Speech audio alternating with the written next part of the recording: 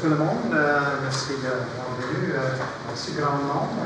C'est pour moi toujours fascinant de voir l'intérêt pour l'Afrique du Sud parmi les gens qui habitent très loin de mon pays. Et c'est pour moi également un grand privilège de discuter les leçons positives et négatives de la révolution sud-africaine. Deuxième petit commentaire, c'est que, évidemment, lorsque je parle de l'Afrique du Sud, j'en parle en tant que Sud-Africain.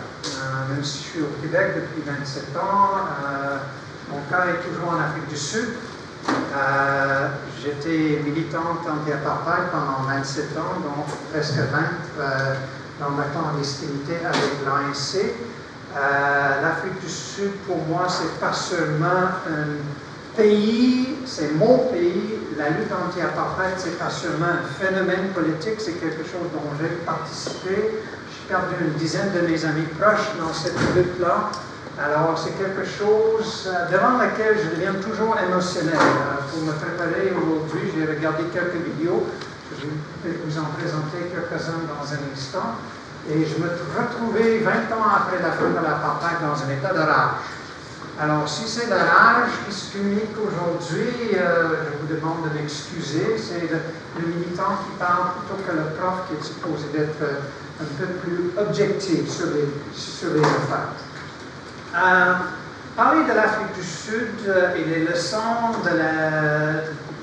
du système éducationnel et la lutte pour une éducation démocratique en Afrique du Sud.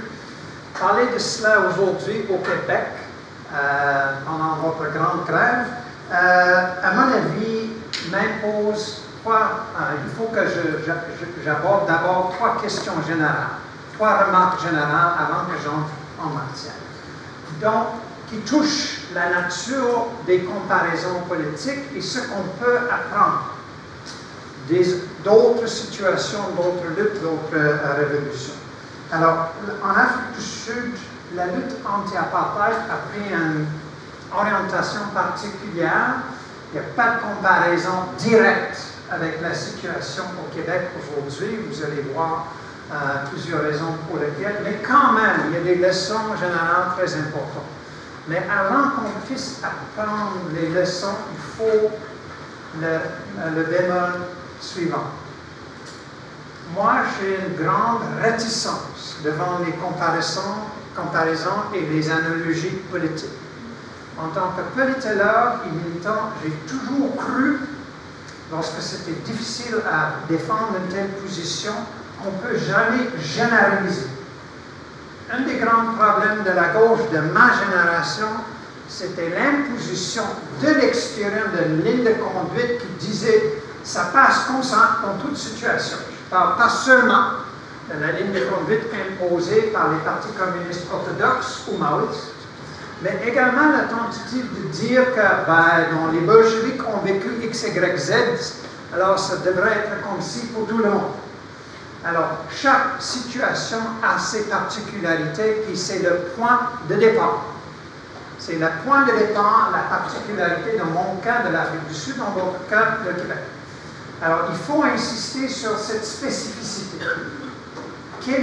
Comment est construite la société et la culture en question? Alors, quels sont les points faibles qui permettent de contester le pouvoir dans cette situation particulière? Et c'est différent dans chaque pays.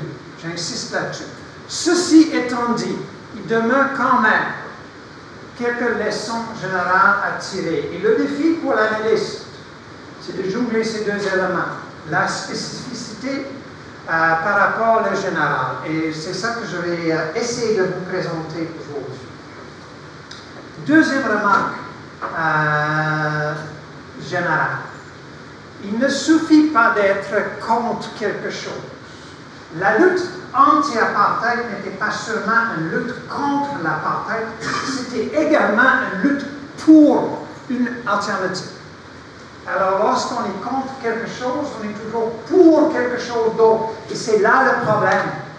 C'est quoi c'est quelque chose pour lequel on est en train de lutter? C'est facile à dénoncer le pouvoir. Ah ben, M. Charest, Mme Beauchamp, l'apartheid. Ça, c'est la chose le plus simple au monde. le problème devient lorsque, quelle est l'alternative? On se bat pourquoi? Alors, en Afrique du Sud, ça posait la question très très claire. Quelle est l'alternative à l'apartheid? Pour éliminer l'apartheid, fallait-il juste mettre fin à la discrimination raciale légale? Alors, établir ce qui existe en Afrique du Sud aujourd'hui, un système de démocratie parlementaire, un système de droit qui ne fait aucune distinction entre les citoyens en termes de race, classe, âge, sexe, etc. Alors, est-ce qu'on peut dire, dans ce sens-là, la nouvelle Afrique du Sud est née, puis l'alternative est bel et bien mise en place, ou fallait-il aller plus loin? Alors, c'était là la grande tension au sein de la lutte de libération nationale en Afrique du Sud. Ce n'est pas encore réglé. Pour illustrer l'importance de cette question par rapport à la grève actuelle, un des mots d'ordre du jour, peut-être le mot d'ordre de la grève, peut-être l'objectif final, c'est la gratuité scolaire. À mon avis, ça ne suffit pas. Parce que si j'étais Jean Charest, moi, je céderais la gratuité scolaire demain, sans aucun problème. Mais j'insiste que les universités se transforment.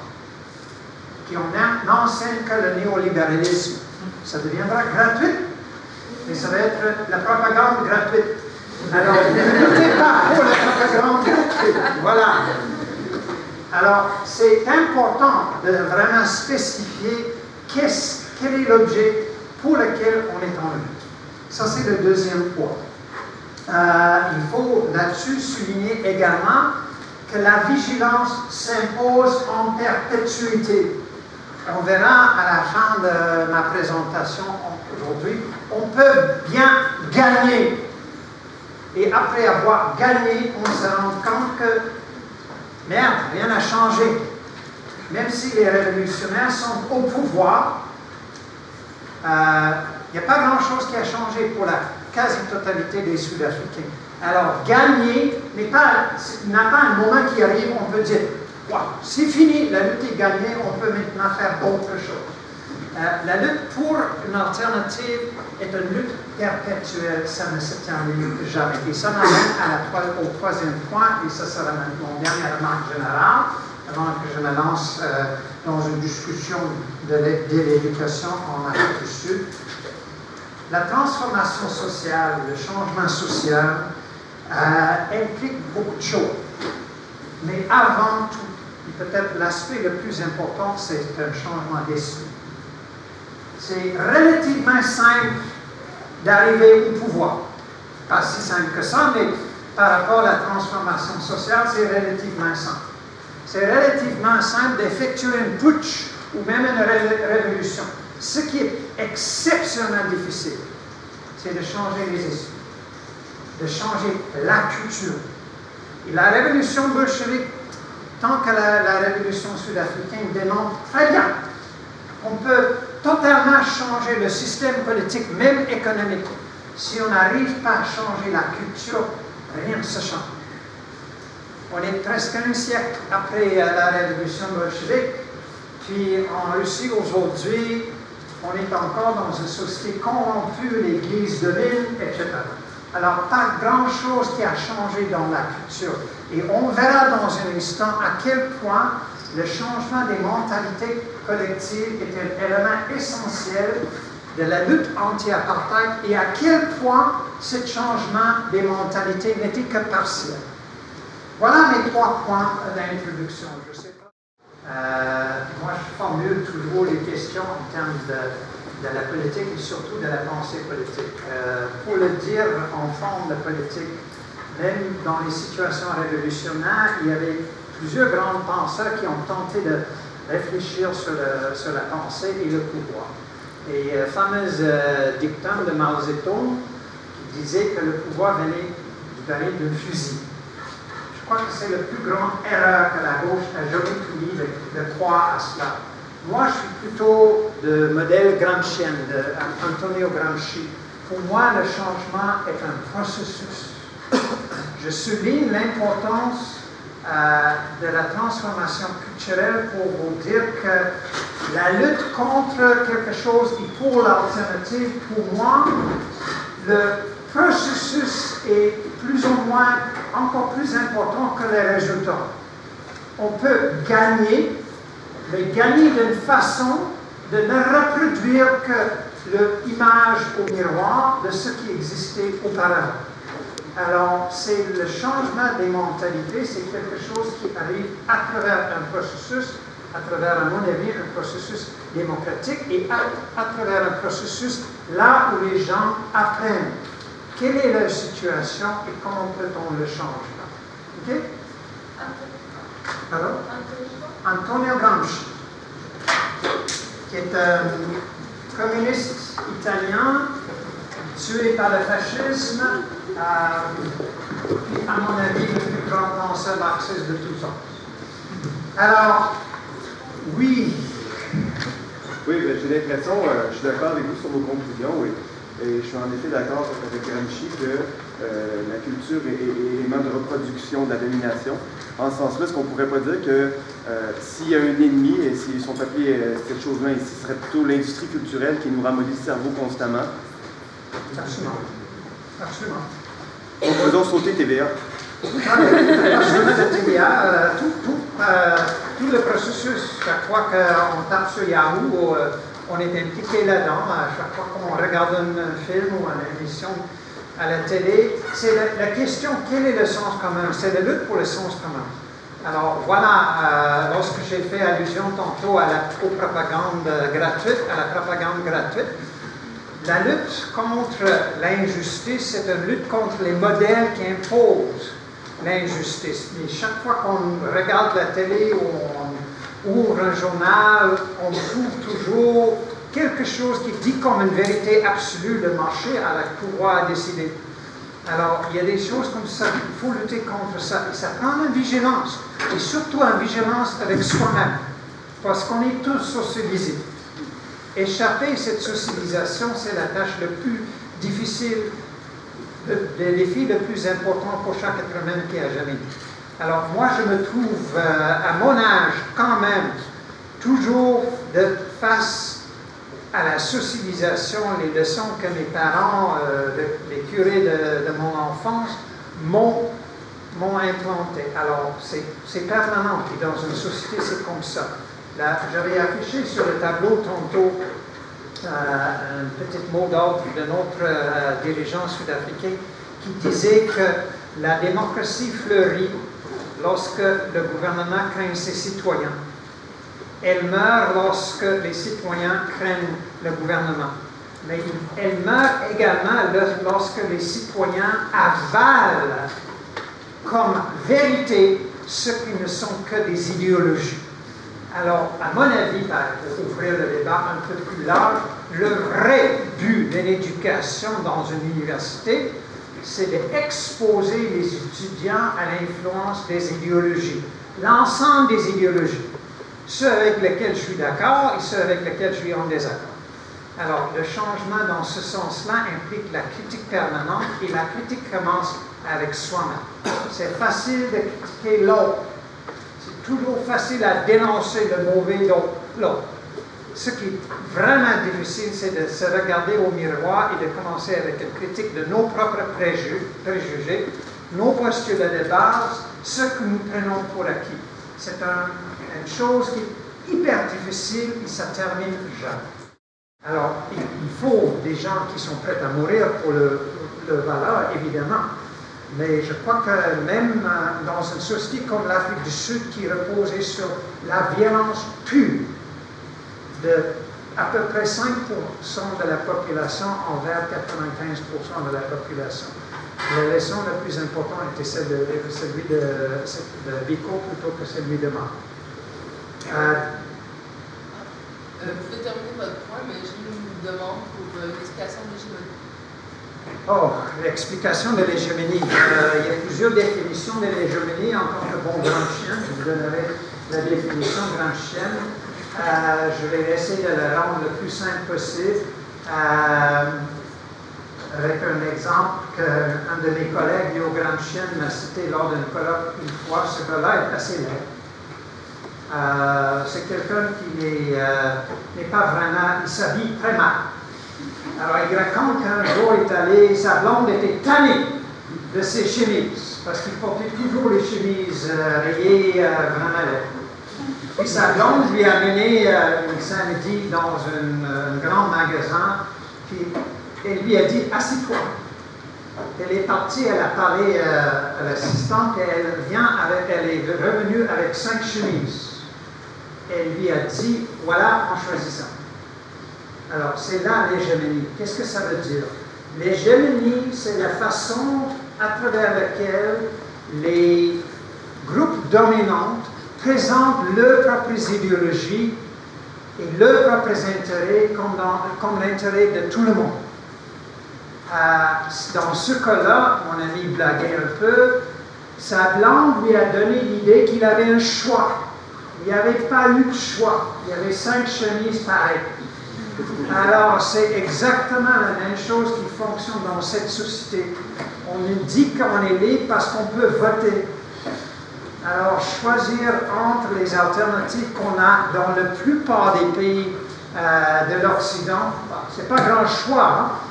Lorsque je suis arrivé au Québec en 1985, il y avait un graffiti sur le mur sur l'avenue des Temps. Ça n'existe plus, puis vous comprendrez très bien pourquoi. C'était en anglais, mais c'était dit « If voting could change the system, it would be illegal ». Je ne veux pas dénigrer le vote, parce que la lutte anti-apartheid est une lutte pour le vote, et 20 000 personnes sont mortes pour cela. Mais c'est pas, voter, c'est pas transformer le système. Et je crois qu'on va voir bientôt en France qui marche de manière très, très réduite, ouvert aux politiciens qui arrivent au pouvoir avec un programme pour transformer le monde. Et c'est là, cette marge de manœuvre, c'est imposé par l'hégémonie. L'hégémonie est une forme de pouvoir exercée sur l'ensemble de la société à travers le savoir, à travers l'idéologie, à travers les idées, là où on a réussi à implanter comme normal, comme naturel, quelque chose qui n'est pas normal, qui est juste social. L'idée que les femmes sont inférieures aux hommes, c'est une idée vue pendant des siècles comme quelque chose de naturel. J'espère qu'on ne le prend plus comme une idée naturelle. Mais même les femmes y croyaient pendant très longtemps. En Afrique du Sud, on verra que la plupart des Noirs croyaient qu'ils n'étaient pas aussi intelligents que les Blancs. Alors c'est là une forme d'hégémonie, c'est une forme de contrôle qui repose surtout sur le consentement, sur l'intériorisation des valeurs de quelqu'un d'autre comme ils sont les siennes, même s'ils ils vont totalement à l'encontre de vos propres intérêts. On voit un autre élément, ce sera le dernier exemple, aux États-Unis. La classe sociale qui vote le plus massivement pour le Parti républicain n'est pas la bourgeoisie américaine, c'est la classe ouvrière. Alors, les ouvrières américaines votent pour quelque chose qui, objectivement, va totalement à l'encontre de leurs propres intérêts. Pourquoi? Parce qu'ils sont victimes de l'hégémonie idéologique. Est-ce que ça répond à votre question? Sur la capacité répressive de la classe dominante, mais surtout de la capacité de cette classe de faire intérioriser dans les têtes des classes opprimées les idées de la bourgeoisie elle-même.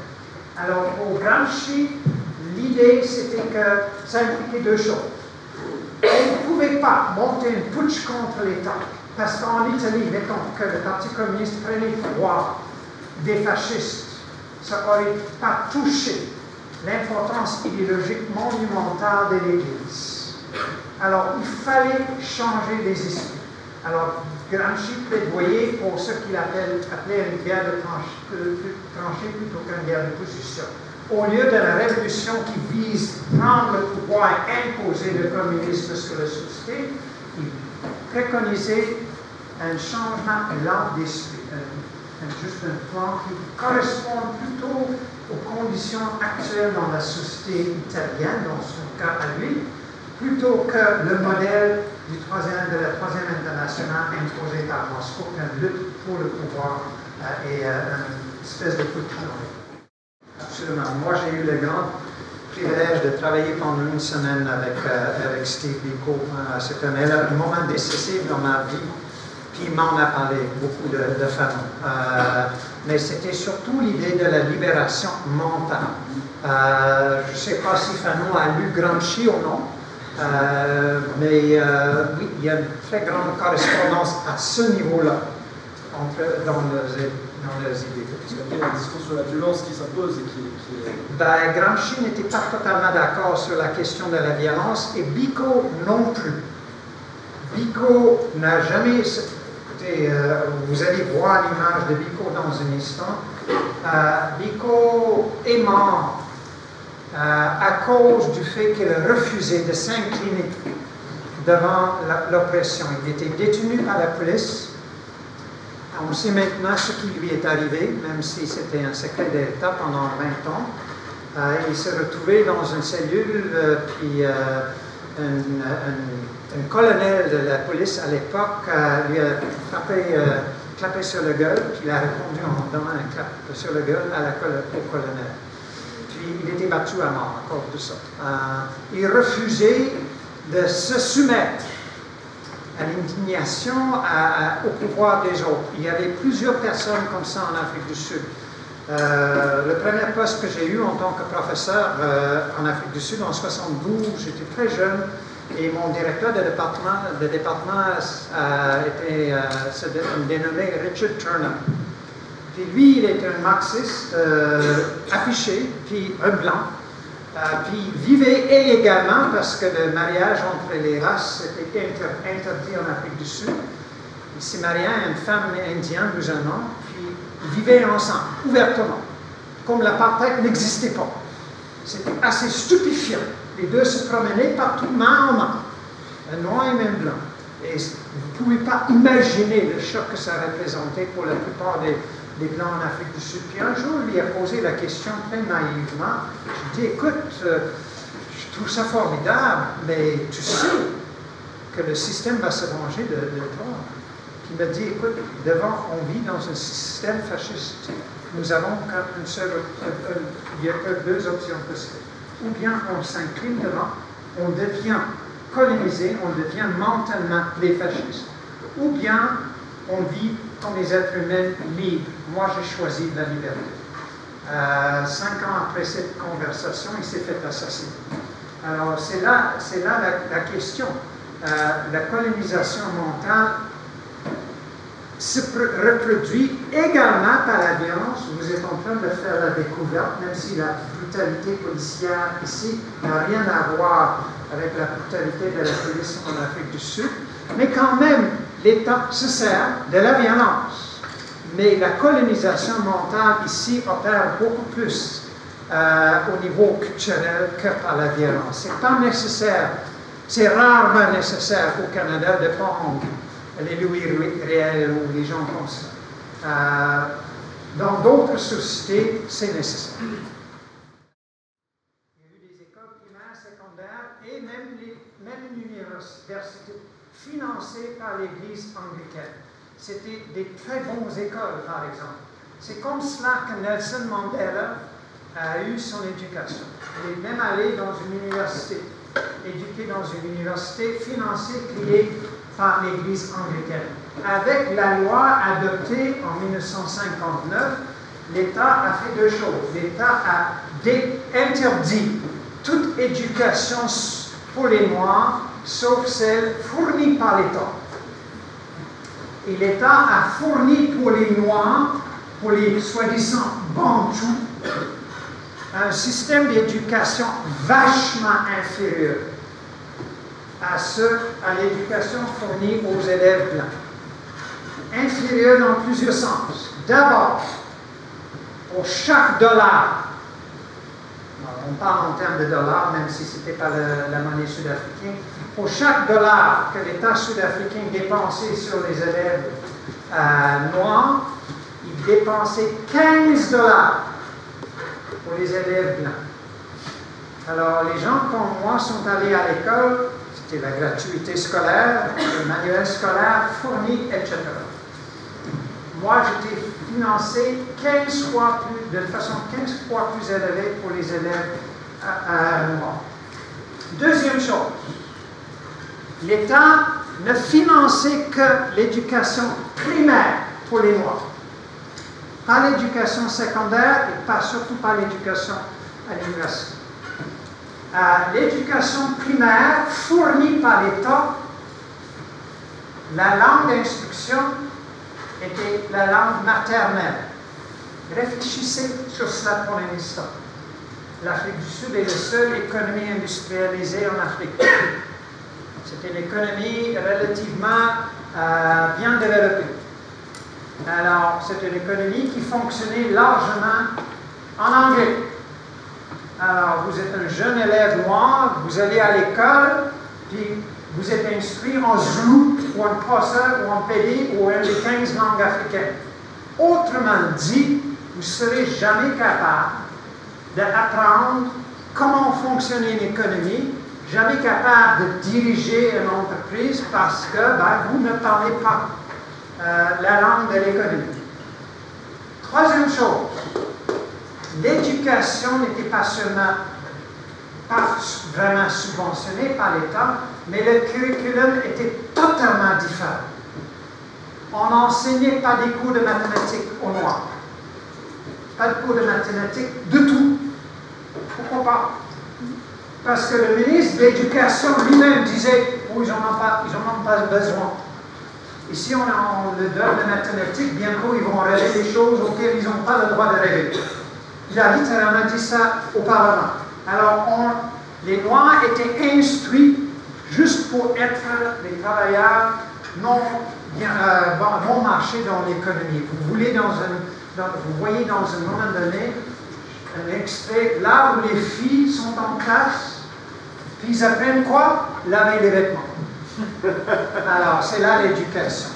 Alors, lorsqu'on parle de cela, on parle de banque d'éducation. Après 1966, l'État a commencé à financer l'éducation secondaire pour une très petite proportion des Noirs. Une très petite proportion. Mais là, encore un changement. Cette fois-ci, ils sont plus instruits dans la langue maternelle, les langues africaines, Zulu, Xhosa, etc. Désormais, ils sont instruits en anglais, dans les deux langues officielles, l'anglais ou l'afrikaans.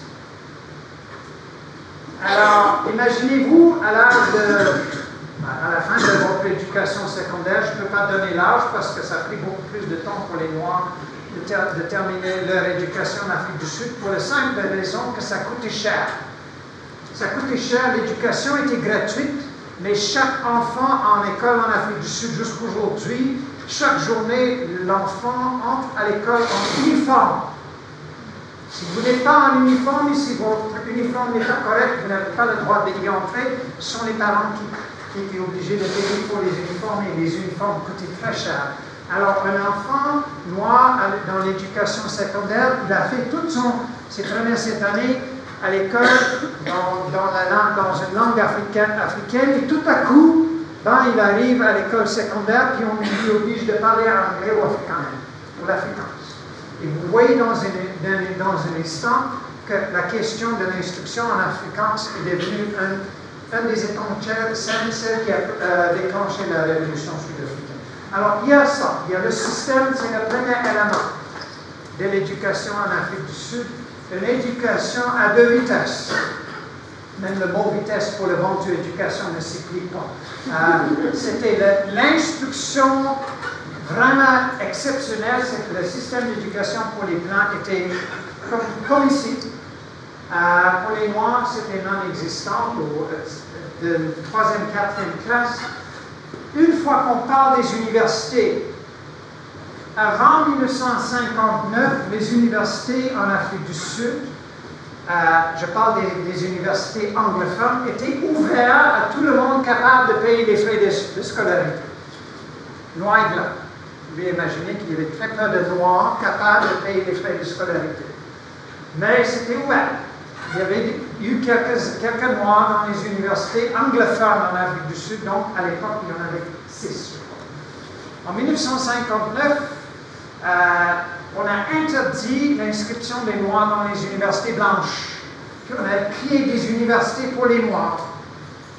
Alors, il y avait une université pour les médecins noirs, un autre pour chaque tribu noire. Alors là, ces universités, si vous croyez que le système des universités au Québec sont sous-financés, en Afrique du Sud, il n'y avait presque rien dans les bibliothèques. Les professeurs à l'université, c'était des Blancs qui n'arrivaient même pas à terminer le diplôme. Alors, ce n'était pas des universités, même s'ils portaient des noms de l'université. Alors, voilà le système d'éducation formelle au moment, le 16 juin 1976, où tout commence à changer, comme on verra dans une histoire. Ça, c'est la première chose. Lorsqu'on parle de l'éducation, on parle de cela. Mais lorsqu'on parle de l'éducation dans le sens plus large, on parle également de l'éducation pour décoloniser les esprits. Il fallait également que les mouvements populaires entreprennent les mesures pour éduquer la population que ce n'était pas nécessaire de se soumettre au pouvoir de l'État. Et cette forme d'éducation a eu lieu dans les écoles, dans le sens qu'un mouvement a été créé par Steve Biko, celui que je viens de nommer, qui s'appelle en anglais le Black Consciousness Movement, le BCM, le mouvement de conscience noire, qui a commencé à essayer de rééduquer la population et surtout les jeunes élèves, dans les écoles primaires et secondaires, à la nécessité de se libérer mentalement de l'oppression raciale. Et cette éducation n'est pas terminée là, ça a été continué une fois que ces enfants rendus en exil après les événements que je vais discuter dans un instant. Ce qui m'amène à la troisième élément de l'éducation. L'ANC, le Congrès national africain, le mouvement politique de Nelson Mandela, le mouvement de libération nationale principal, a été obligé de créer son propre école en Tanzanie. Pourquoi? Parce qu'après l'événement dont je vais vous parler, des dizaines de milliers de jeunes noirs ont quitté l'Afrique du Sud puis se retrouvaient en Tanzanie. J'étais là à l'époque, j'avais un poste à l'université, puis c'était le chaos pour. Tout à coup, d'un jour à l'autre, on est allé de presque aucun étudiant noir sud-africain en Tanzanie à des dizaines de milliers. Il fallait faire quelque chose avec, parce que ces enfants étaient en rage. Ils ne voulaient que prendre un fusil et retourner en Afrique du Sud. Alors l'ANC a créé une école pour eux. Et un des éléments de l'école, c'était de leur dire que votre ennemi et le système, votre ennemi n'est pas les Blancs. Alors la quasi-totalité de ces jeunes élèves-là, l'instant qu'ils sont arrivés en Tanzanie, ils ne cherchaient qu'une chose, comme je vous ai dit, un fusil. Ils voulaient tuer n'importe quel Blanc.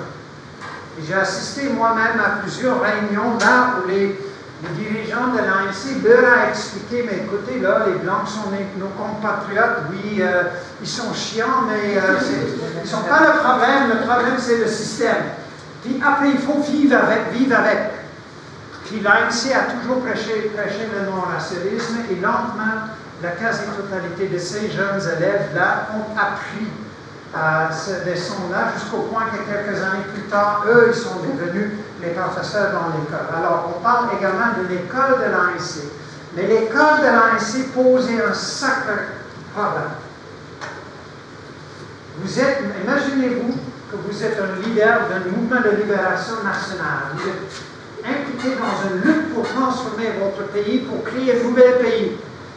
Arrivent tout à coup des milliers de jeunes enfants, je parle des êtres humains entre 10 et 20 ans, ils arrivent, ils sont enragés, ils sont très mobilisés politiquement, puis vous les organisez dans l'école, la question se pose, quel type d'école? quel sera le syllabus? Qu'est-ce que vous voulez qu'ils apprennent? Alors, il y avait une lutte vraiment intense au sein de l'ANICIC sur le contenu et la nature de l'école. Il y avait des gens, des camarades qui ne voulaient que les élèves noirs reçoivent la même éducation que nous autres, que j'avais reçue. Il y avait d'autres qui disaient non, ce sont une jeunesse révolutionnaire, il faut leur fournir une éducation politique. Puis là, il y avait vraiment eu une guerre entre ces deux camps. Je peux vous en témoigner.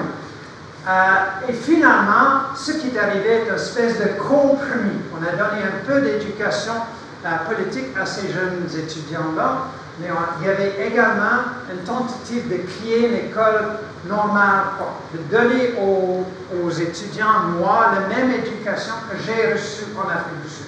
Moi, dans cette lutte, j'étais dans le deuxième camp. Et j'étais obligé de dire, oui, j'ai eu une très bonne éducation, formellement, mais c'est une éducation raciste. J'étais éduqué à croire que les Noirs sont inférieurs aux Blancs. C'était instruit dans toutes les écoles sud-africaines à l'époque. Voulez-vous qu'on répète la même affaire? Alors, vous voyez le type d'enjeu qu'il y avait eu. Quatrième élément, et peut-être le plus important de mon exposé aujourd'hui, c'est le rôle des étudiants dans la lutte anti-apartheid. Les étudiants ont joué un rôle fondamental dans la lutte anti-apartheid, surtout à partir de la révolte qui commençait le 16 juin 1976. Oui. Salut. C'est une parenthèse qui peut être intéressante de savoir qu'est-ce qui vous a permis de prendre de la distance par rapport à votre éducation, justement.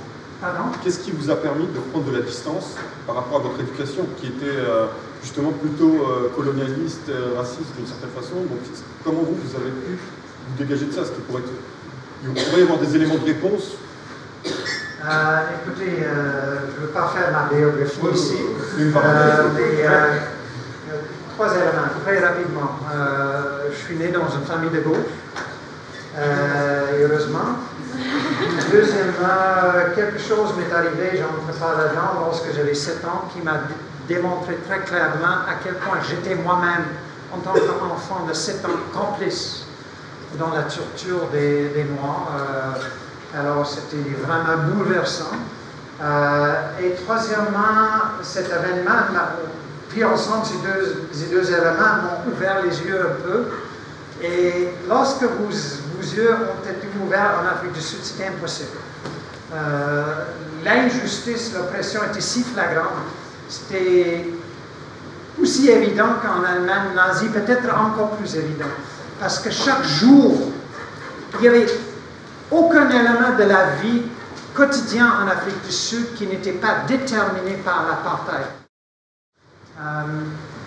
Le quatrième élément de l'éducation, c'est, comme je vous ai dit, le rôle des étudiants noirs. Les étudiants noirs ont été dans l'avant-garde de la lutte contre l'apartheid tout au long de la période. La lutte contre l'apartheid a duré littéralement la période décisive, c'était à 1976 à 1994. Alors, tout au long de ces 18 ans-là, les étudiants noirs ont été dans l'avant-garde. Il y avait des éléments positifs et négatifs de cela. Positifs dans le sens que les jeunes étaient exceptionnellement militants, ils semblent n'en avoir pas eu peur, ils ont poussé leurs parents, ils sont allés très loin, ils étaient exceptionnellement bien organisés, très clairs sur les objectifs. C'était assez frappant à quel point très rapidement le mouvement d'étudiants dominé par les jeunes étudiants noirs a pris une optique non raciale. Alors très clair là-dessus. L'élément, si je peux le dire entre guillemets négatif, c'est que un slogan, un mot d'ordre est rapidement développé en Afrique du Sud qui a eu des conséquences négatives au long terme. Ce mouvement étudiant se dotait du mot d'ordre suivant: libération tout de suite, éducation plus tard. Alors, ils ont quitté leurs écoles, c'était leur endroit d'organisation principal, puis la lutte contre ce qu'ils appelaient le système est devenue plus importante que l'éducation. ce qui impliquait pendant 18 ans, il y avait presque une quasi-génération, plus qu'une génération, qui n'était pas vraiment éduquée en Afrique du Sud. Ces gens-là sont au pouvoir en ce moment. Leur éducation est arrivée tardivement. Puis, dans l'élan révolutionnaire, il y avait eu beaucoup d'excès. Beaucoup d'excès jusqu'au point que lorsque Mandela était libéré, il est allé assister à une grande manif à Soweto. Soweto, c'est la ville noire principale en Afrique du Sud. Puis les parents noirs lui ont supplié de discipliner leurs enfants. Parce que les enfants, entre guillemets, échappaient les contrôles des vieux. Et dans la société africaine, on donne beaucoup de pouvoir aux vieux. Alors, la militance des élèves noirs a provoqué une grande fracture au sein du mouvement de la libération nationale. C'est devenu très difficile à régler, puis on souffre encore des conséquences. Cinquième et dernier élément de l'éducation qu'il faut discuter. Quel est l'héritage de tout cela en Afrique du Sud aujourd'hui? J'aimerais, avant que je me lance dans une discussion de ce cinquième élément, vous montrer deux courtes vidéos qui illustrent surtout le grand événement le 16 juin 1976, comment les étudiants se sont organisés, comment la police, quelle était la réplique de la police, et à quel point ça s'est devenu le moment clé dans l'histoire de l'Afrique du Sud. C'est là que la lutte finale contre l'apartheid a pris essor, et on va peut-être voir les éléments là-dedans, les éléments positifs et négatifs. À ce moment-là, à l'intérieur de Bantu Education, l'État qui était dominé par les Afrikaners, c'est une partie de nationalisme afrikaner qui a mis l'apartheid en place, qui était au pouvoir. Ils ont décidé d'africaneriser, c'était leur expression, pas la mienne, les Noirs, parce qu'ils se sont rendus compte qu'il n'y avait presque aucun élève noir qui voulait étudier en afrikaans. Ils ont tous opté pour étudier en anglais. Puis en tant que bons nationalistes afrikaners, ils étaient outrés par cela. Alors ils ont tenté d'imposer l'afrikaans comme langue d'éducation sur l'ensemble du système de Bantu Education. Les élèves noirs ont réagi très vivement contre ça, parce qu'à l'époque, la langue afrikaans était un symbole. Le parti politique qui était au pouvoir, qui a mis l'apartheid en place, était un parti des Afrikaners. Alors, ce n'est pas les Afrikaners qui ont créé l'apartheid. Les anglophones ont également eu un très grand rôle là-dedans. Mais dans la tête de la plupart des gens, apartheid égale afrikaner. Alors, dire aux gens, vous allez désormais étudier en afrikaner, c'est comme de dire maintenant, on va rendre votre éducation pour la troisième classe encore pire. Alors, il y a une scène dans le dernier film qui démontre à quel point ça a provoqué leur rage. Les étudiants sont organisés contre ça, ils ont boycotté les classes, etc., etc.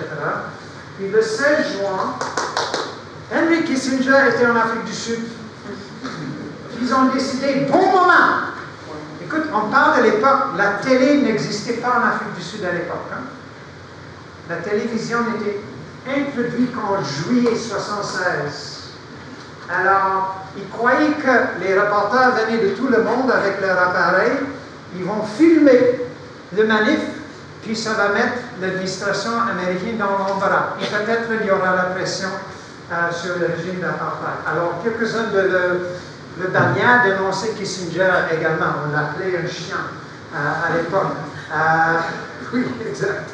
Alors, c'était l'événement qui a provoqué, il y avait une grande manif d'une dizaine de milliers des élèves, et c'était une manif tout à fait pacifique. D'abord, les médias alternatifs. Écoutez, en Afrique du Sud, à l'époque, tout était sous le contrôle de l'État.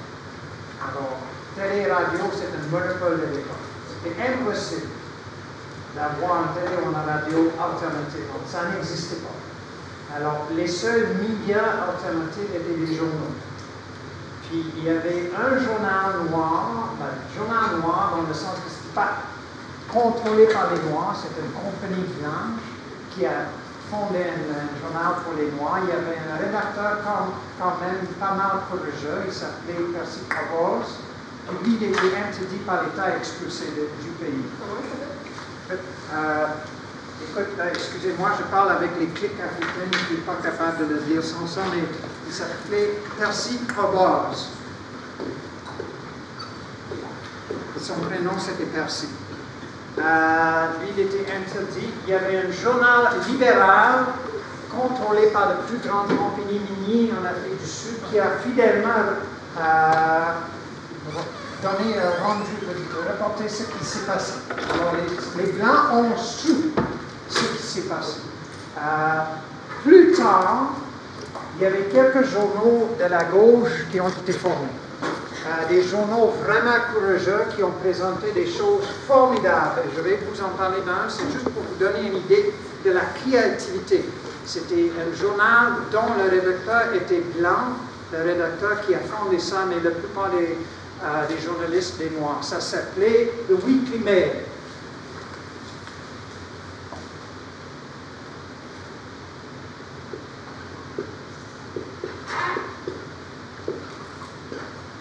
Et c'était le journal le plus lu dans les bidonvilles noires. Effectivement, le gouvernement sud-africain voulait toujours se présenter comme un régime démocratique impliqué dans la lutte anticommuniste. C'est toujours l'excuse. Alors, ils ne pouvaient pas interdire le journal au complet, mais ils ont interdit quelques numéros. Donc, un numéro, lorsqu'il y avait une grande manif en 1985, ils ont interdit le journal en fonction de l'équivalent de la loi que Pierre Trudeau a évoquée ici en 1970. C'est exactement copie conforme, basée sur la loi canadienne, littéralement. Ils ont interdit ce numéro-là, c'est un hebdomadaire.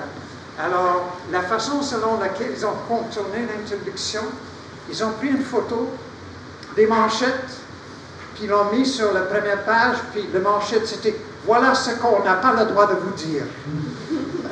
Puis ça passait ici. Mais les médias alternatifs étaient vraiment limités par le monopole de l'État, c'était plutôt les médias écrits. Donc il y avait assez. Et la communication se faisait par écrit. Par exemple, lorsqu'on parle de la littérature noire en Afrique du Sud, il y a très peu de Noirs qui ont rédigé les romans. Ça se comprend bien parce que ça prend du temps pour rédiger et pour lire. Et les Noirs n'ont pas eu le temps ni pour le rédiger, alors la poésie était la forme de communication le plus important. Biko est un poète également. Votre deuxième question est, à mon avis, une question fondamentale. Au moment que la révolte est éclatée, l'Afrique du Sud et surtout la société noire était vraiment traditionnelle dans le sens que, oui, le père de la famille avait tout le pouvoir. Sauf que, structurellement, quelque chose de fascinant et ultimement assez subversif était introduit par l'apartheid. L'apartheid fonctionnait massivement sur un système de main-d'œuvre migratoire. Alors, par main-d'œuvre migratoire, je veux dire que légalement, les Noirs n'avaient pas eu le droit de rester dans les soi-disant, les villes classées comme les villes blanches. Soweto était classé légalement comme une ville blanche, même s'il n'y a pas de blanc là-dedans. C'était dans le territoire, la partie blanche du territoire sud-africain. 87% pour les blancs, 13% pour les noirs selon la loi. La plupart des noirs n'avaient le droit que de rester dans les réserves, les bantoustans, comme on les appelait à l'époque. Modelés également sur les réserves pour les autochtones ici au Canada. Littéralement, l'équipe est venue ici en 1930 pour étudier le système de réserve du Canada, c'était la base de cela. Alors, selon la théorie de l'apartheid et la loi, les Noirs étaient supposés rester là.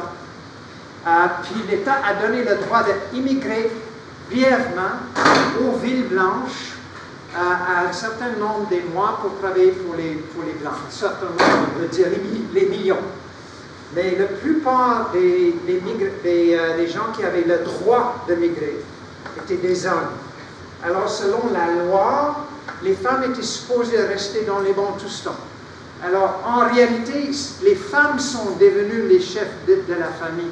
Et même dans les familles à Soweto, c'était beaucoup plus difficile pour une femme noire de trouver l'emploi que pour un homme. Alors, c'était largement les femmes qui sont devenues les vrais dirigeants de la famille, ce qui a changé un peu la tradition. Mais après 1976, il y avait une tentative au sein du mouvement populaire et au sein de l'ANC en exil. Le mouvement il y avait toujours une séparation entre ce qui se passait à l'intérieur et le mouvement en exil. Et les idées féministes ont commencé à eu un certain impact à l'époque. À l'époque, ils ont été rejetés par le leadership, y compris les femmes dirigeantes de la section femmes de l'ANC. Ils ont dit non, ce sont les idées occidentales, on ne veut rien savoir dans la société africaine, la femme a sa place, etc. Mais lentement, les femmes ont commencé à prendre une place de plus en plus importante. De plus en plus important au point qu'aujourd'hui, dans le Parlement sud-africain, parmi les députés de l'ANC insiste que 40% de ses candidats soient des femmes. Puis il y a tentative toujours d'avoir une égalité homme-femme dans le Conseil des ministres. Ça, c'est plus ou moins formel, dans le sens que les postes les plus importants sont normalement confiés aux hommes. Mais quand même, une percée très, très importante. Par rapport à ce qui existait à l'époque, l'idée que le sexisme est illégal en Afrique du Sud. Le discours a changé. Le discours a changé, mais pas le président, pas la pratique. Le président de la République, Jacob Zuma, venait d'annoncer, même qu'il a 70 quelques années, il va se marier pour la 6e fois. Il n'a divorcé qu'une de ses femmes. Alors, il y a un mariage, si je peux utiliser la métaphore, entre la tradition et les idées féministes. La lutte des femmes en Afrique du Sud, des femmes est allée assez loin, mais pas aussi loin qu'ici. L'égalité légale est acquise. Le discours a commencé à changer. Pour les jeunes filles noires, il y a plus d'opportunités aujourd'hui qu'il y avait eu pour les filles blanches à l'époque. Ma mère, par exemple, lorsqu'elle a terminé l'école, si elle voulait travailler, il n'y avait que 3 emplois pour elle. Enseignant, infirmière, puis dactylographie. C'est ça. Alors, c'est plus le cas en Afrique du Sud, mais ouais, on n'est pas allé si loin que ça. Globalement, je suis d'accord avec vous. Il n'y a pas eu tant de changements que ça. L'unique chose qui s'est changée, c'est maintenant la situation de telle femme. Ben, il y en a des millions qui travaillent comme des bons dans les ménages blancs. Et chaque famille blanche a son femme de ménage noire. C'est monitorat en Afrique du Sud. Alors, sauf que leurs conditions de travail sont maintenant gouvernées par la loi. Il y a un salaire minimal, ils sont syndiqués, etc. Alors, la structure sociale n'a pas changé. Il y avait eu quelques petites améliorations dans le niveau de vie. Mais si vous me demandez qu'est-ce qui se produit en Afrique du Sud aujourd'hui, il y a un bilan mitigé. La bonne nouvelle, c'est que l'apartheid n'existe plus. Tout le système de répression et toute la structure légale n'existe plus. C'est aboli. L'Afrique du Sud détient la constitution le plus libérale au monde. C'est l'unique pays au monde là où la homophobie est un crime. Alors, c'est un crime et les gens vont en prison pour cela. Il y a un régime de démocratie parlementaire qui est bien enraciné. Les cours ont le pouvoir de renverser les lois adoptées par le Parlement. Ils l'ont fait. Alors, on a tout cela. On a une liberté d'expression totale. On peut dire n'importe quoi par rapport à n'importe quel politicien, il n'y a pas de police qui va frapper à la porte. Alors, ça c'est un changement énorme par rapport à ce que vous avez vu. Les élèves, tout le monde a le droit de manifester. Ça c'est la bonne nouvelle. La mauvaise nouvelle, c'est qu'au plan économique, presque rien n'a changé. Les inégalités en Afrique du Sud, telles que mesurées, je ne vais pas entrer dans comment ils sont mesurées, mais telles que mesurées par quelques spécialistes, les inégalités économiques sont encore plus aiguës aujourd'hui qu'ils ont été pendant la période de l'apartheid. Et globalement, on peut dire qu'à la quasi-totalité des Blancs se classent parmi les nantis, et la quasi-totalité des Noirs sont pauvres. L'unique chose qui a changé, c'est l'émergence de ce qu'on appelle en Afrique du Sud les diamants noirs. On appelle les diamants noirs parce qu'ils sont rares, ils brillent. Alors, il y a à peu près 2-3 millions de Noirs dont le niveau de vie a radicalement changé. Ils vivent comme les Blancs les plus riches. Ils voient leur nouvelle situation à quoi? À leur lien soit avec les banques, soit avec le pouvoir politique. Alors, ce n'est pas une classe entrepreneuriale, ce n'est pas une classe qui va fabriquer quelque chose de productif, ce n'est pas une bourgeoisie classique, c'est une classe des rentiers, ou plutôt une classe qui dépend sur le grand finance. Sont eux qui dirigent le pays politiquement, en ce moment. Tout le monde, en Afrique du Sud maintenant, l'État finance, subventionne l'éducation pour tout le monde. Il y a un syllabus uniforme imposé sur l'ensemble du pays, les élèves noirs blancs. Les écoles n'ont plus le droit d'exclure un groupe ou un autre sur la base de la couleur de leur peau ou de leur langue maternelle. Ça, c'est la bonne nouvelle. Cependant, il existe 3 catégories d'écoles. La catégorie A sont les écoles publiques, ouvertes à tout le monde. La catégorie B sont les écoles publiques privées. Privées dans le sens que si les parents contribuent un certain montant, ils peuvent dire que voilà, on va imposer des frais de scolarité. On sait bien quel est le but de ça. Il y a des écoles C qui sont uniquement privées, financées par les parents. Alors, dans les écoles C, 99,9% des élèves sont les Blancs. Dans les écoles A, 85-15% des élèves sont les Noirs. Alors, un système inégal, les inégalités persistent dans le système d'éducation aujourd'hui. J'ai une 3e vidéo à vous montrer, je ne le ferai pas. Mais ça parle d'une manif qui a eu lieu de la part des étudiants à l'université de Witwatersrand, la plus grande université au pays, là où j'ai fait mon bac, c'est l'université de Johannesburg. En 2007, les étudiants noirs sont allés manifester. Pourquoi? Vous allez bien reconnaître, parce qu'on a augmenté les frais de scolarité. Alors, la police était appelée, puis ils ont lancé la gaz lacrymogène aux élèves. Plus ça change, plus ça reste dans le système.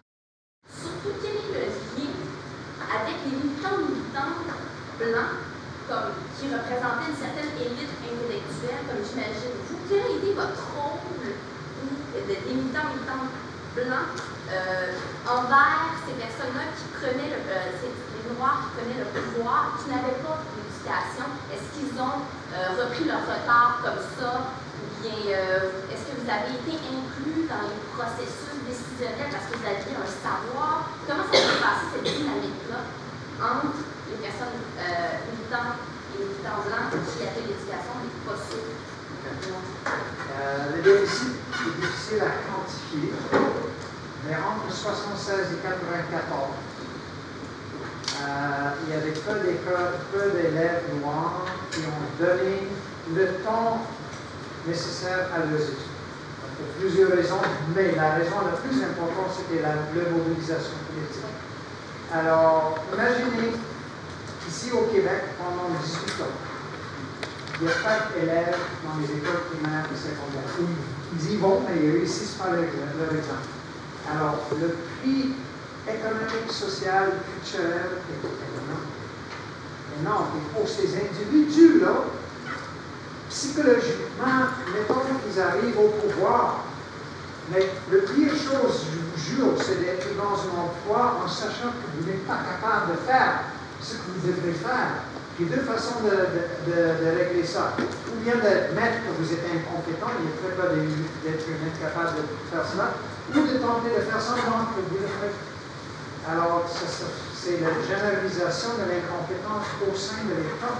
Et qui sont les premières victimes de cela? Les Noirs eux-mêmes. Alors, c'est un prix que les étudiants ont payé. Moi, je crois que le slogan était mal fondé. Ils avaient tort. le militant c'était important, mais c'est devenu la militance pour la militance. C'était la militance non réfléchie. À mon avis, un militant, la meilleure chose qu'un militant peut faire, c'est d'étudier, toujours améliorer sa connaissance de sa propre situation, la situation dans laquelle se retrouvent ses collègues, ses camarades et sa société. Mais non, en Afrique du Sud, c'est traduit dans une attitude pas seulement assez coloniale par rapport à l'éducation, mais une attitude anti-intellectuelle profondément ancrée. Puis une fois arrivé au pouvoir, il n'y a pas de mot pour cela en anglais, en français, mais il y avait ce qu'on dit en anglais, un sense of entitlement. On nous doit quelque chose, on a tant sacrifié, puis oui, ils ont tant sacrifié. Mais on ne peut pas diriger une grande entreprise si on ne s'est pas compris. Et c'est là le problème que ce slogan a créé. C'est un slogan trop militant pour la situation, ce qui n'est pas nécessaire. C'était également une façon de contrôler le pouvoir de leurs parents. Il y a une vraie guerre déclenchée entre les élèves et leurs parents pendant cette époque-là. Votre deuxième question, rappelez-moi? C'était le rôle de l'élite intellectuelle blanche qui était du côté des Noirs lors de l'organisation de la lutte, par exemple. Parce que, par exemple, il y avait des caucus non-mixtes noirs qui prenaient des décisions, mais ensuite, vous appliquiez ce qu'ils décidaient, comment ça se déroulait d'être militant blanc dans cette lutte-là. Je ne veux pas parler encore une fois de moi-même, mais plutôt au niveau général. Je vous dirais globalement deux choses. Première chose, la plupart des militants blancs ont été inspirés par une des idées de Steve Biko. Steve Biko disait avec raison, le choix en Afrique du Sud est assez simple. Ou bien vous faites partie du problème, ou bien vous faites partie de la solution. Il y avait d'autres, et c'était vraiment difficile, qui disaient écoutez, la libération mentale commence par le fait que les Blancs devraient se libérer également de ce réflexe de toujours dicter la ligne de conduite. C'était difficile, je vous dis, d'être assis dans une réunion ou une discussion là où on adopte une politique qu'on croit, c'est erroné, où on sait est condamné à l'échec. Il fallait fermer la rue. Tout simplement.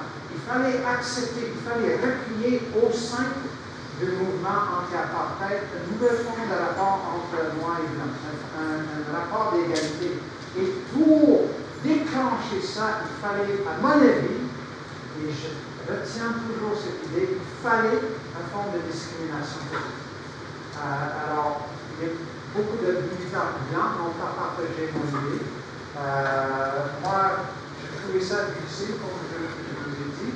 J'étais en désaccord de façon quasi permanente avec la ligne de conduite de l'ANC, mais en tant que militant discipliné, j'ai accepté. Voilà. En fait, quand on parlait du système d'éducation sexuelle au primaire, au secondaire, en Afrique du Sud, les différentes écoles qui sont classées selon le statut socio-économique, je ne peux pas m'empêcher de penser, en fait, c'est pas comparable vraiment, mais au Québec, en fait, ce serait, à mon avis, un des plus gros enjeux de la grève, c'est comment les gens en primaire, secondaire vont être éduqués avant d'arriver à l'université. Parce que, en fait, moi, je suis étudiante en éducation, c'est pour ça qu'on parlait de ça souvent. Un problème dans les écoles ou dans les écoles défavorisées, que les professeurs ont tendance à miner vers le bas, à penser que, bon, dans ces écoles-là, ces étudiants-là sont pas vraiment capables, ils ont des exigences moins, en fait, envers les élèves défavorisés, puis ça crée ça les conditionne, disons, à avoir certains types de travail selon l'école dont ils sortent. Donc, est-ce que vous pensez qu'autant en Afrique du Sud qu'ici, la solution serait vraiment dans les exigences, parce que même si on a le même curriculum, si on a les mêmes exigences des professeurs, dans leur cours, en fait, les classes sociales sont conservées telles qu'elles sont à cause d'un conditionnement qui est dans les deux cas. Donc, est-ce que vous pensez qu'ici et là-bas, c'est le même travail qui a été fait? Pas le même travail, mais ce sont des enjeux qui sont interliés. Ce pas seulement au Québec, c'est toujours un problème. Chaque professeur préfère, lorsqu'on trouve avec une classe là où il y a un étudiant qui entre, puis quelques-uns qui pensent tout ce qui se passe, puis par ce sujet de moyens, faut-il vous adresser aux moyens, etc. Ça, c'est un vieux débat que je ne veux pas rentrer là. Mais je crois que l'erreur en Afrique du Sud, il y avait plusieurs, mais par rapport à l'éducation, c'était d'avoir dit à partir de 1974, désormais, les universités, les écoles, etc. sont ouvertes. Alors, on va ouvrir ça à tout le monde et on va imposer la même syllabus sur tout le monde. De demander à quelqu'un qui n'a jamais suivi les cours de mathématiques de s'inscrire dans une école de génie, c'est une façon de lui dire vous êtes exclu d'une façon permanente. À mon avis, ce qu'il faut en Afrique du Sud et ailleurs sont les politiques de rattrapage. Les politiques de rattrapage dont la plupart de l'argent de l'État qui est dédié à l'éducation essaie de combler le déficit dont souffre encore la majorité. Au lieu de donner aux parents de ces écoles-là le droit d'inscrire leurs enfants dans une école à part avec le meilleur équipement, les meilleures conditions, les grands terrains de sport, etc. À mon avis, j'aurais interdit ces écoles-là et je donnerais tout l'argent de l'État à ces écoles et en criant surtout mettant beaucoup d'emphase sur les cours de rapport. Passer à la maîtrise, quelqu'un qui n'a pas encore réussi son bac ne sert à personne. Il fallait que l'université mette toutes ses ressources pour faire en sorte que les étudiants puissent réussir leur bac avant de rêver d'un programme de maîtrise. C'est injuste de dire à quelqu'un on va ouvrir la porte à vous en sachant qu'une fois que vous avez passé le seuil, on va le fermer en arrière et vous allez échouer vos études. C'est une façon de crier l'insatisfaction, c'est la façon de dire à ces gens, voilà, vous n'êtes pas capable. Voilà, vous n'êtes pas bon. Alors, c'est une façon de le recoloniser mentalement. Et à mon avis, le plus grand erreur, ce n'était pas d'adresser cette question-là. Comment peut-on faire en sorte qu'une génération qui n'était pas instruite peut rattraper dans un délai acceptable le déficit que 300 ans de colonialisme leur a imposé? Ce qui aurait fallu également, l'autre côté de la médaille, c'est que les familles blanches n'auraient plus d'une éducation type Harvard pour leurs enfants. Alors, c'est là le problème en Afrique du Sud. C'est que les Blancs croient que c'est possible de continuer comme auparavant, d'avoir accès aux meilleures ressources, aux meilleurs niveaux de vie au monde, sans payer la facture. Et la facture de 300 ans est assez lourde. Les Blancs croient que c'est possible de continuer sans que rien change. Et à mon avis, c'est impossible. Et si l'autre côté de ce dilemme, si jamais l'ANC dit à la population, désormais, les ressources vont aux marginalisés et donc vont quitter le pays. Quelques millions de Blancs ont déjà quitté l'Afrique du Sud depuis la fin de l'apartheid. Ils ont pris l'argent avec leur expertise avec eux. L'État va imposer bientôt un système de santé public ouvert à tout le monde. Ils vont fermer les hôpitaux privés.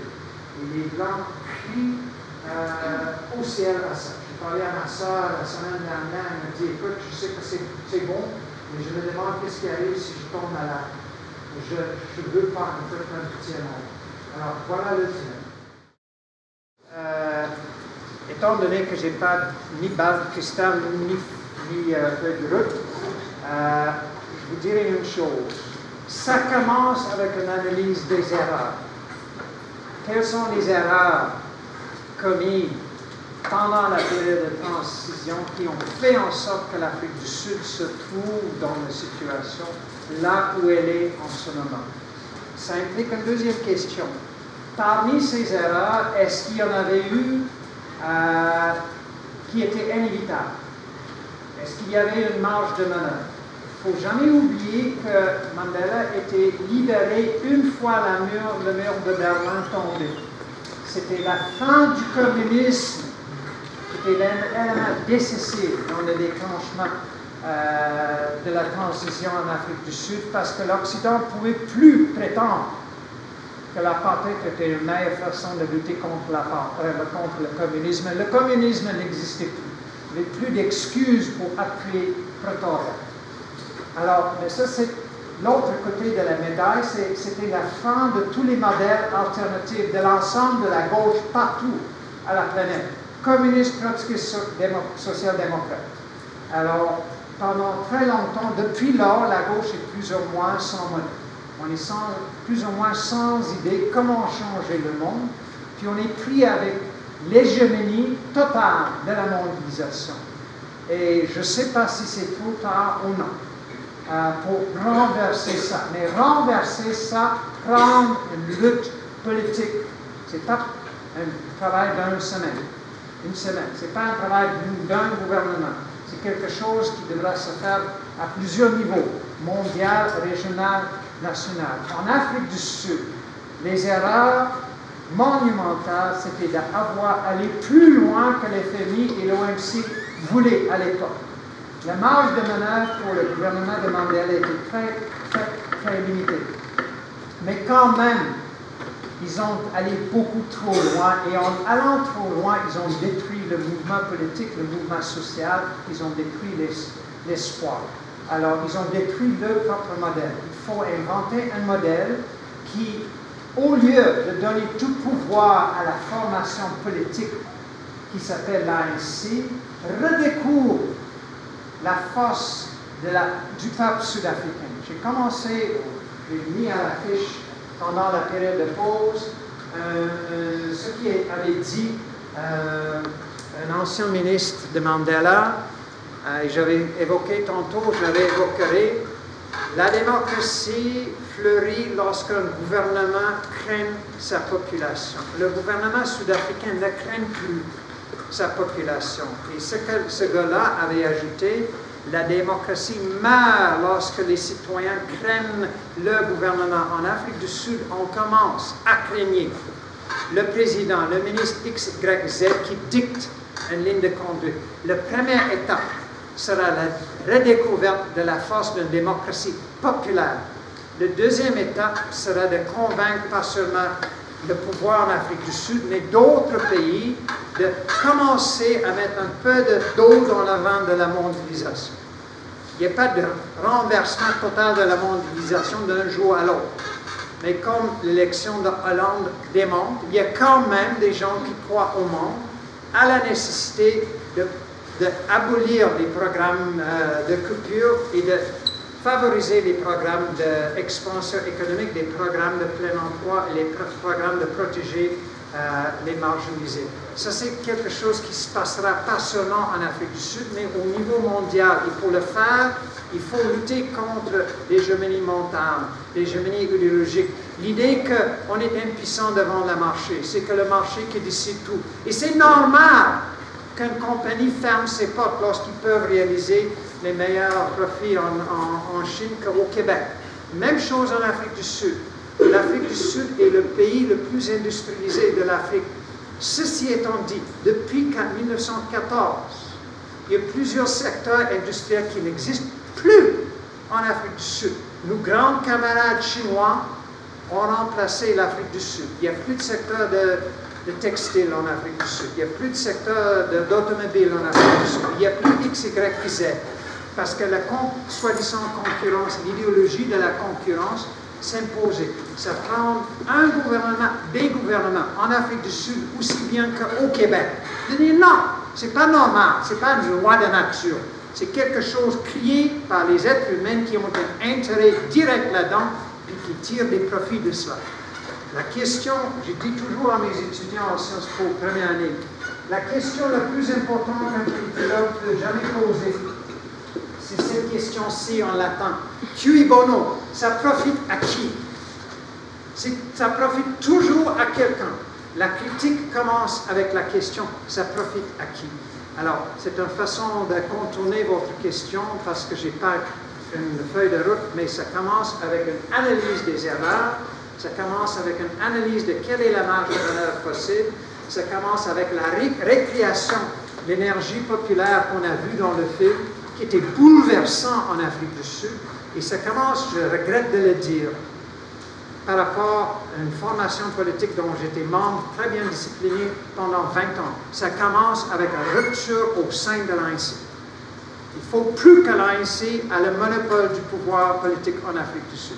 Il faut que la gauche quitte l'ANC. Il faut discréditer les corrompus comme Jacob Zuma, qui dirige la formation, pas pour servir le peuple sud-africain, mais à leur représenter. Dans le mouvement populaire interne, qui était indépendant de l'ANC, alors les mouvements sociaux, les syndicats, les groupes de femmes, etc., la quasi-totalité d'entre eux luttaient pas seulement contre l'apartheid, mais pour le socialisme. Alors, il y avait un programme socialiste, anticapitaliste ouvert. On disait que le problème en Afrique du Sud n'est pas les lois d'apartheid, n'est pas le système légal, c'est qu'à l'origine du racisme de l'apartheid, on trouve le capitalisme. Alors, la quasi-totalité des militants étaient convaincus de cela. L'ANC, moi, pour plusieurs raisons, je n'ai pas le temps d'entrer là-dedans, mais l'ANC a toujours prétendu qu'il allait imposer une redistribution massive de la richesse sur la société sud-africaine une fois arrivé au pouvoir. Ceci étant dit, à mon avis, une des leçons que je crois est important de tirer de l'Afrique du Sud, c'est qu'il faut que les mouvements populaires soupçonnent toujours le leadership politique. Parce que celui qui a imposé le compromis incontournable avec les familles, c'est Nelson Mandela.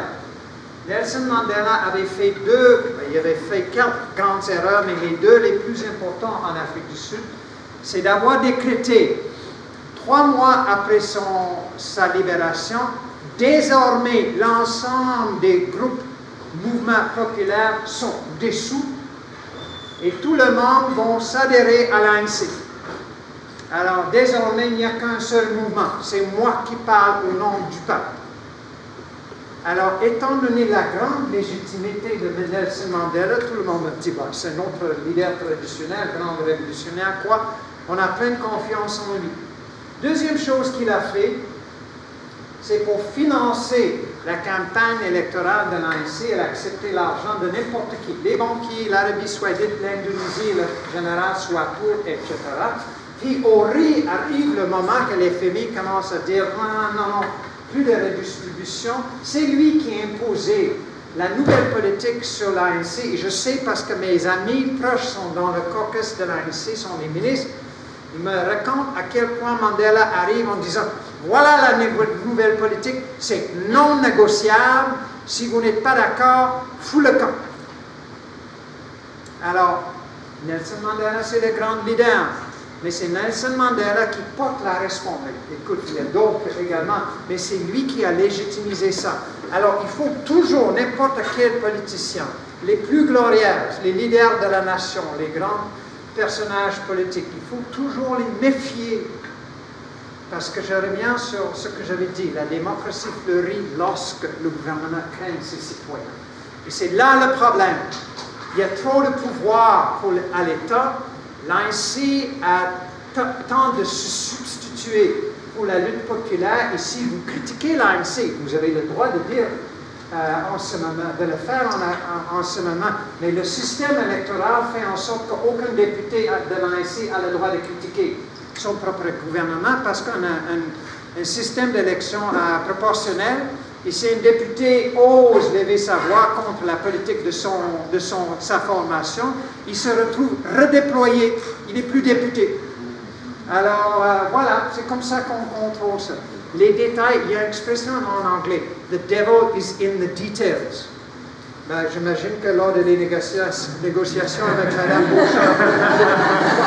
Alors, c'est ce qui est écrit noir et blanc, c'est vraiment, il faut faire attention d'une façon permanente. La démocratie est fragile. la vigilance est absolument essentielle, 24 heures sur 24, 7 jours par semaine. Alors, il faut toujours méfier les leaders. C'est le mouvement populaire qui a bouleversé l'apartheid, qui a rendu l'apartheid invivable. Ce n'est pas l'ANC. L'ANC a joué un rôle là-dessus. Mais c'est une révolution populaire et ce qui s'est produit, c'est que le peuple a cédé pouvoir à leur mouvement traditionnel. C'est normal, ça arrive partout au monde avec le même résultat.